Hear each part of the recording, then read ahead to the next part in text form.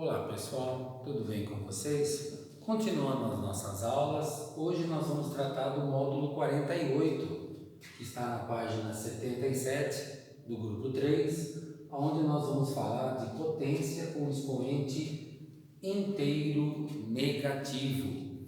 Então, pela primeira vez para vocês do sétimo ano, vai estar aparecendo agora um número negativo como expoente. Eu sei que a princípio ele é um pouco assustador, mas fiquem tranquilos, vocês vão perceber que ele é muito simples de trabalhar. Eu quero que você lembre sempre disso aqui, ó. O expoente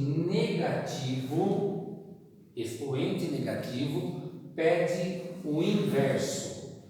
Não esqueça disso. O expoente negativo pede o inverso. Primeiro eu vou dar um exemplo aqui com o expoente positivo. Como é que eu faço 3 ao quadrado? Normal. 3 vezes 3, 9. Mas como é que eu faria 3 elevado a menos 2? Bom, primeiro de tudo, você se lembra quanto é o inverso de 3? O 3 ele não tem o expoente, o denominador 1 aqui embaixo. Então, na verdade, 3 nada mais é do que 3 sobre 1. Se eu vou calcular o inverso dele, o que é que eu vou ter? 1/3 elevado ao quadrado. Observem que assim que eu aplico o inverso, o expoente que era negativo volta a ser positivo.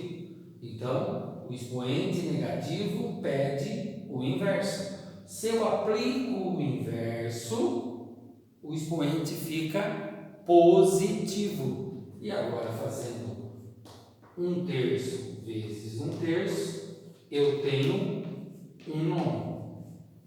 Por isso que aí na apostila, o autor traz assim, ó, toda vez que eu tiver A sobre B elevado a menos N, ou seja, qualquer fração com expoente negativo, ela é a mesma coisa que o inverso dela, B sobre A, o expoente N positivo. Eu tenho negativo, pede o inverso. Eu aplico o inverso e o expoente volta a ser positivo. Ok? Então vamos lá. Se eu tiver 3/4 elevado a menos 2. Bom, qual é o inverso de 3/4? Lembra que a gente já comentou? O denominador vira numerador, o numerador vira denominador. O que é que eu vou ter aqui? 4/3. Só que o expoente agora fica positivo. Tá claro? Positivo. Agora o que é que acontece? 4 ao quadrado, 16. 3 ao quadrado, 9. Muito importante, o sinal da fração era positivo, continua positivo. Porque se eu tivesse aqui, ó, menos 2/3 elevado a menos 3, observe, menos 2/3. Quando eu aplico o inverso, ela faria o quê? Ficaria menos 3/2 elevado ao expoente 3. Observe, a fração original era negativa, continua sendo negativo. Tá claro? Agora, quando eu faço a potenciação, menos com o expoente ímpar, continua menos. 3 ao cubo, 3 vezes 3, 9, vezes 3, 27. 2 ao cubo, 2, 2, 4. Vezes 2, 8. Ficou claro até aqui? Sim? Então, lembrando sempre que o expoente negativo pede o inverso. E só para continuar a nossa explicaçãozinha desse assunto, vocês viram que quando ele era um número inteiro, foi muito tranquilo. Quando foi uma fração, eu também só inverti a fração. E o autor nos traz uma ideia muito bacana aqui, ó, na página, podem dar uma olhadinha depois, na página 78, quando ele fala quando a base for 10. Como que eu faço com 10 elevado a menos 2?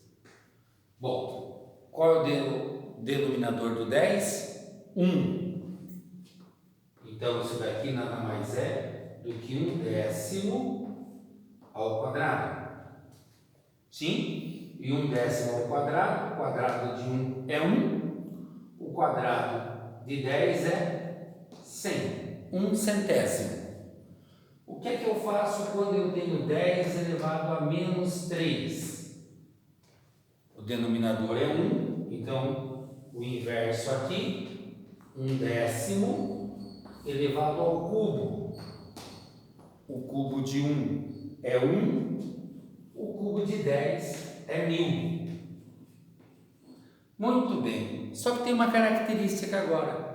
Eu posso escrever esses números na forma de decimal? Posso. Como ficaria? Como que eu escrevo 1/100? 0,01. Como é que eu escrevo? Opa, eu falei 1 e coloquei 3 aqui, né? Vocês perceberam e não me avisaram. Aqui é 1 também, perdão, havia cometido um erro aqui. Como é que eu faço aqui?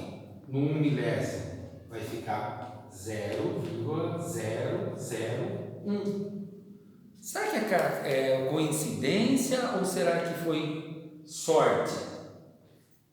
2 aqui, 2 casas depois da vírgula.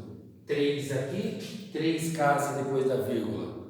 Não foi coincidência, isso é uma regra. Só que como ele é negativo, eu tenho 2 casas depois da vírgula. Como ele é negativo, 3 casas depois da vírgula. Dessa forma, como é que eu poderia fazer de uma maneira rápida e direta, por exemplo, 10 elevado a menos 5? Ora, basta eu colocar 0,5 casas, 1, 2, 3, 4 zeros e o número 1. Como é que eu faria 10 elevado a menos 6? A mesma coisa, 0, quantas casas? 1, 2, 3, 4, 5 zeros e o número 1.